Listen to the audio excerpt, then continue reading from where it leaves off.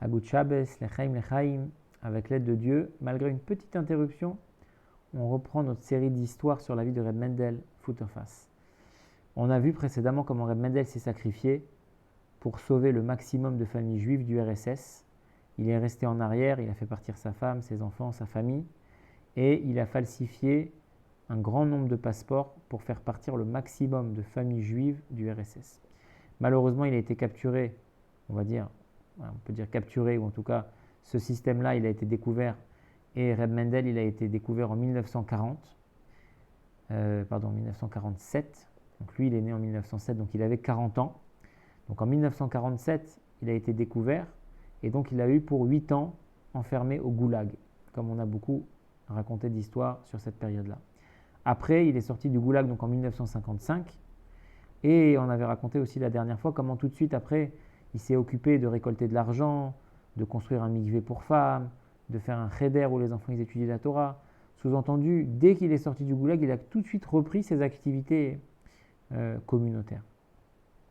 Malheureusement, une fois qu'il est sorti du goulag, il est encore resté 8 ans bloqué en URSS. Donc en fait, de 1947 à 55, 8 ans de goulag, et de 55 à 63, 1955 à 1963, il n'était plus au goulag, il était entre guillemets libre, mais il ne pouvait pas partir du RSS, il était bloqué en URSS jusqu'en 1963. Bien sûr que le rabbi pensait beaucoup à lui. Il y a une fois où un juif de Russie est venu voir le rabbi tout de suite, le rabbi lui a demandé des nouvelles de Reb Mendel. Et il y a une fois où même le rabbi il a parlé de Reb Mendel pendant un Farbrengen. C'était quoi le Farbrengen? C'était Farbrengen de Yud Shvat Tafshin Chavbet. Donc le 10 Shvat, c'est la Iloula du rabbi précédent, du beau-père du rabbi. Le 10 Shvat de l'année 1962 Tafshin Chavbet, le rabbi là-bas il a parlé de Reb Mendel. C'était quoi le sujet? C'était en ce qui concerne Parashat Béchalach, quand les Juifs sont sortis d'Égypte et qui se sont retrouvés au pied de la mer. On sait que les Égyptiens les ont poursuivis. Et donc on dit les Juifs ils ont eu peur. Ils avaient la mer devant, ils étaient bloqués. Et derrière eux les Égyptiens qui couraient à leur poursuite. Et donc là nos maîtres nous disent qu'il y a eu 4 groupes de Juifs qui ont donné leur avis. Comment on va faire? Qu'est-ce qu'on va faire? Le premier groupe il a dit quoi? On saute dans l'eau, on se suicide. Ça ne sert à rien, mieux vaut mourir plutôt qu'ils nous attrapent. Le deuxième groupe a dit non, on va retourner en Égypte, on va se rendre. On va se rendre à eux et puis on va retourner comme avant, esclaves. Troisième groupe, ils ont dit non, on va se battre, on ne va pas les laisser gagner. Et quatrième groupe, ils ont dit non, on va prier. On va lever les yeux au ciel, on va prier. Et qu'est-ce qu'Hachem dit à Moshe? Aucune des quatre réponses n'est satisfaisante, dis-leur d'avancer. Dis-leur d'avancer dans l'eau. Et grâce à Dieu, ils ont avancé, l'eau elle s'est ouverte. Maintenant, le rabbi, il explique là-bas dans le Farbrengen, ça veut dire quoi ces 4 chitotes? C'est quoi ces 4 avis-là de ces 4 groupes qui s'est formés au pied de la mer Rouge? Le premier avis, c'était quoi? C'était les Juifs qui disaient on va sauter dans l'eau, sous-entendu on va mourir. C'est quoi sauter dans l'eau al-pi chassidut? Le rabbi, il explique, ça veut dire se plonger complètement dans Torah et Mitzvot. On va mourir parce qu'on va mourir begashmiut, on va s'exclure du monde, on va se déconnecter du monde. On va plonger dans l'eau, dans Torah et Mitzvot, on va être déconnecté du monde, on ne va plus être là. Première approche erronée qu'un juif il peut avoir. Deuxième approche, c'est quoi? Ils ont dit on va se rendre, on va retourner en Égypte. on va se baisser la tête et on va accepter les lois de la galoute, de l'exil. Troisième réponse, ils ont dit on va se battre. Le rabbi dit c'est quoi le pi chassidut? Quand tu dis tu vas te battre avec l'ennemi, ça veut dire tu vas te combattre le mal au lieu de rajouter du or, au lieu de rajouter de la lumière, toi tu vas combattre le mal. Ça ne fonctionne pas. Et quatrième chose qu'ils ont dit, ils ont dit on va prier. C'est quoi on va prier? Ça veut dire on va tout laisser entre les mains de Dieu. Hachem il va gérer, nous on fait rien, on reste passif. Ça non plus c'est pas bon. Donc qu'est-ce qu'il dit le rabbi dans le Farbrengen là-bas? Il explique ces 4 chitotes là. Il explique comment elles sont erronées. Là je l'ai fait Bekitsour. Et après il parle de Reb Mendel. Il dit il y a un juif qui est bloqué en URSS. Ce juif là il s'est sacrifié, il a laissé sa famille, il s'est séparé de sa famille. Et ce juif là il aurait pu dire moi maintenant, je n'ai pas besoin de me sacrifier pour les autres. Je veux plonger dans l'eau, comme le premier groupe. Je vais étudier la Torah pour moi et faire les mitzvot pour moi. Je n'ai pas besoin de me sacrifier, je n'ai pas besoin de risquer ma vie pour des autres. C'est moi l'important, c'est ma famille l'important. Eh bien, le rabbi dit, il a dit, Mendel, il ne fait pas comme ça. Il n'a pas fait comme le premier groupe. Le deuxième groupe, ils ont dit, on va se rendre. On va retourner là-bas, on va baisser la tête, on va accepter les lois du pays. Reb Mendel, il n'a pas fait comme ça. Le troisième groupe, il dit quoi? Ils ont voulu se battre, ils ont voulu frapper le mal. Reb Mendel n'a pas fait comme ça, il a rajouté du or. Et quatrième chose, ça veut dire quoi? On va lever les yeux au ciel, on va prier, Hachem, il gère tout et nous, on va rester passifs. Ah, ça non plus, c'est pas bon. Et Reb Mendel, on voit qu'au contraire, il n'a pas resté passif. Il a tout fait pour récolter de l'argent, pour construire des mikvaot, des chadarim, etc., etc.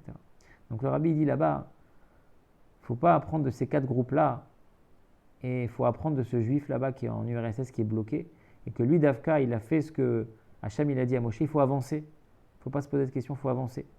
Et le rabbi là-bas, il est madguish que Reb Mendel, il a fait tout ça qu'il a fait, il ne l'a pas fait pour son intérêt. Il dit là-bas, la preuve, c'est quoi? C'est qu'il a fait quoi comme mikvé? Il a fait des mikvés pour femmes. Reb Mendel, il a fait des mikvés pour femmes. Il n'a pas fait des mikvés pour hommes pour dire, je vais me tremper au mikvé, je vais étudier chassidou, je vais être un bon chassid. Non, il n'a pas pensé à lui. Il a fait un mikvé pour les femmes de la communauté, alors que sa femme elle-même, elle n'était pas là. Elle était en Angleterre à cette époque, déjà. Elle était partie de Russie. Et donc on voit que tout ce que Reb Mendel il a fait, c'était pas pour son intérêt personnel, et c'était dans l'ordre d'Hachem à Moshe, d'Aber al Bnei Israël ve'Issaou, que les Juifs y voyagent, que les Juifs y avancent. Ça, c'était la tnoua de Reb Mendel. La femme de Reb Mendel, Léa Fouterfass, bien évidemment, c'était très difficile pour elle, puisqu'elle était donc partie de Russie avec ses deux enfants, Berel et Dobé. Dobé, c'était la grande et Berel, c'était le petit. Et donc, elle devait travailler dur, puisque son mari n'était pas là. Et donc, elle était cuisinière dans une école. Et ensuite, elle a ouvert un petit restaurant. Et une fois, le rabbi l'a entendu par les shluchim de Londres, d'Angleterre, que c'était très difficile pour elle. Et le rabbi, il a demandé aux shluchim de donner sur son compte à lui la moitié de ses besoins personnels, tous les mois. La moitié de l'argent qu'elle a besoin, vous lui donnez sur mon compte, le rabbi l'a dit. Et le rabbi lui dit, vous lui dites qu'elle ne soit pas gênée d'accepter cet argent, parce que c'est un arrangement entre moi et son mari. Et donc qu'elle ne soit pas gênée, je couvre la moitié des besoins de la famille. Qu'est-ce qui s'est passé en 1963? On va rappeler son nom quand même parce que on peut dire c'est un tzaddik, juste parmi les nations. Il y a un certain Harold Wilson, qui faisait partie du Parti travailliste en Angleterre, qui était un député du Parlement, et qui a négocié, si on peut dire, avec le gouvernement russe, du URSS, et les Russes ont accepté de réunir certaines familles, et donc ce fameux Harold Wilson, il a réussi à plaider pour Reb Mendel, et Reb Mendel a fait partie des 5 personnes, il y a eu 5 familles qui ont été réunies à ce moment-là, et Reb Mendel a pu, grâce à cette négociation qu'il y a eu entre l'Angleterre et l'URSS, Reb Mendel a pu retrouver sa famille. Donc il a retrouvé sa famille en 1963, après 17 ans de séparation, il s'était séparé à peu près en 1946, et donc là on était déjà en 63, donc 17 ans après, on va dire pendant un an, Reb Mendel, de 46 à 47, il continuait à falsifier les passeports, il avait fait partir sa famille devant, de 47 à 55, 8 ans de goulag, et de 55 à 63, encore 8 ans où il était bloqué en URSS, donc 1 plus 8 plus 8, 17 ans. 17 ans, Reb Mendel, il a été séparé de sa femme et de ses enfants, et après 17 ans, il a pu les retrouver en 1963. Dans le livre, il y a plein d'histoires justement de cette période, où Reb Mendel, il recommence, on va dire, à connaître le monde libre. Une grande histoire connue qui dit que, enfin lui qui raconte, il dit à l'époque en URSS, pour aller au mikvé, il n'y avait pas des beaux mikvés. C'était de la glace, il y avait de la boue, c'était sale, c'était froid. Et on se trempait là-bas. Mais il dit, en opposition à ça, malgré que le mikvé il était froid, qu'il était sale, notre service de Dieu, notre fila, elle était belle, elle était chaude. Il dit, aujourd'hui c'est l'inverse. Aujourd'hui, nos mikvés ils sont beaux, mais notre filote elles sont froides. Nos mikvés ils sont beaux et chauds, et notre filote elles sont froides. Donc ça c'est une histoire qu'on ramène souvent. Une autre histoire, et je vais m'arrêter là-dessus pour aujourd'hui, une histoire à mon sens des plus bouleversantes de tout le livre, c'est que quand Reb Mendel il est rentré chez lui, il a rejoint sa famille en Angleterre, à Londres, en 63, une des premières choses qu'il a voulu faire par la suite, c'était voyager à New York chez le rabbi, pour voir le rabbi. Et il est arrivé en 63 chez le rabbi, et il a demandé tout de suite une yéchidout, ça veut dire il a demandé un entretien privé avec le rabbi. Dès qu'il est arrivé, après tout ce qu'il a vécu, il a demandé un entretien privé avec le rabbi pour rencontrer le rabbi face à face. Qu'est-ce qui se passe? Le rabbi refuse la Yechidut, sans donner aucune raison. Reb Mendel, il ne comprend pas. Une semaine passe qu'il est chez le rabbi. Il a un appel de sa famille qui lui annonce que sa sœur, Esther Golda Shem Tov, elle est décédée. Elle est décédée en 1963, donc elle avait 60 ans, elle est née en 1903, elle est décédée en 63. Donc une semaine après qu'il est arrivé chez le rabbi, il apprend que sa sœur est décédée il y a déjà une semaine et que la famille, pour pas qu'il soit obligé de faire 7 jours de deuil, lui ont préféré ne pas le prévenir. Donc Reb Mendel n'est pas au courant, mais sa sœur est nifteret depuis une semaine, et donc une fois que la semaine de deuil est finie, on lui passe un coup de fil pour lui annoncer la nouvelle. Juste après, il redemande une yechidut chez le rabbi, et là le rabbi accepte la yechidut, et là il rencontre le rabbi. Et donc lui, il comprend a posteriori, il dit, j'ai compris pourquoi le rabbi, la première yechidut que j'ai demandé, il n'a pas accepté, parce que le rabbi, il savait déjà que moi, quand j'allais rentrer en yechidut, j'allais demander une bracha pour tous les membres de ma famille, j'allais demander une bracha pour ma grande sœur, Esther Golda. Et comme le rabbi savait qu'elle était déjà nifteret, il ne m'aurait pas donné la bracha, et donc j'aurais compris qu'il y avait un problème, et le rabbi ne voulait pas que ça soit par lui, il ne voulait pas que lui-même m'annonce cette nouvelle-là. Et donc le rabbi, il a préféré refuser les yechidut pour ne pas m'annoncer la mauvaise nouvelle du décès de ma sœur. Et une fois que je l'ai apprise par ma famille une semaine après, là le rabbi, dans un second temps, il a accepté la yechidut. Donc en fait, il a compris a posteriori pourquoi le rabbi, il avait refusé la première yechidut. Et écoutez bien, regardez ce qu'il raconte Reb Mendel. Il dit comme ça, vous devez vous demander à quoi je pensais pendant cette fameuse semaine où le rabbi il avait refusé la yechidut, je ne savais pas pourquoi, jusqu'à arriver à la deuxième yechidut. À quoi je pensais pendant cette semaine? Regardez ce qu'il dit. Il dit, je savais que j'étais un juif simple. En anglais, il dit simpleton. Ça ne veut pas dire seulement un juif simple, ça veut dire je ne vais pas dire un moins que rien, mais je savais que j'étais quelqu'un de sans valeur. Et je me suis dit que le rabbi ne voulait pas me voir.